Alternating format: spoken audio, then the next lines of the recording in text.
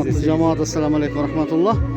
8 май 2025 жыл Алча Башат айылы жогоруда Жалпакташ ауылынан чектеш болгон жерлерди бүт туугандарыбыз менен бүгүнкү күндө өтүп кеткен ошол согушта ата энелерге арналган күндү өткөрүп, бүгүнкү күндө агайлар менен устаздар менен учурашып турган жерибиз машалла.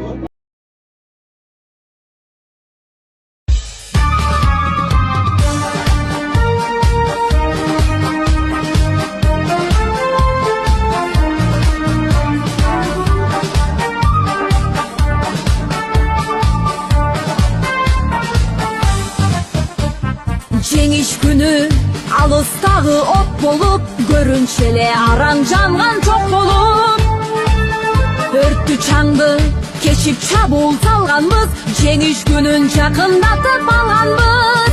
Бул жеңиш күн майрам, баары жыттанган адамдардын самайларын ак жалган, көздөрүнөн жаш кыгырып шаттанган.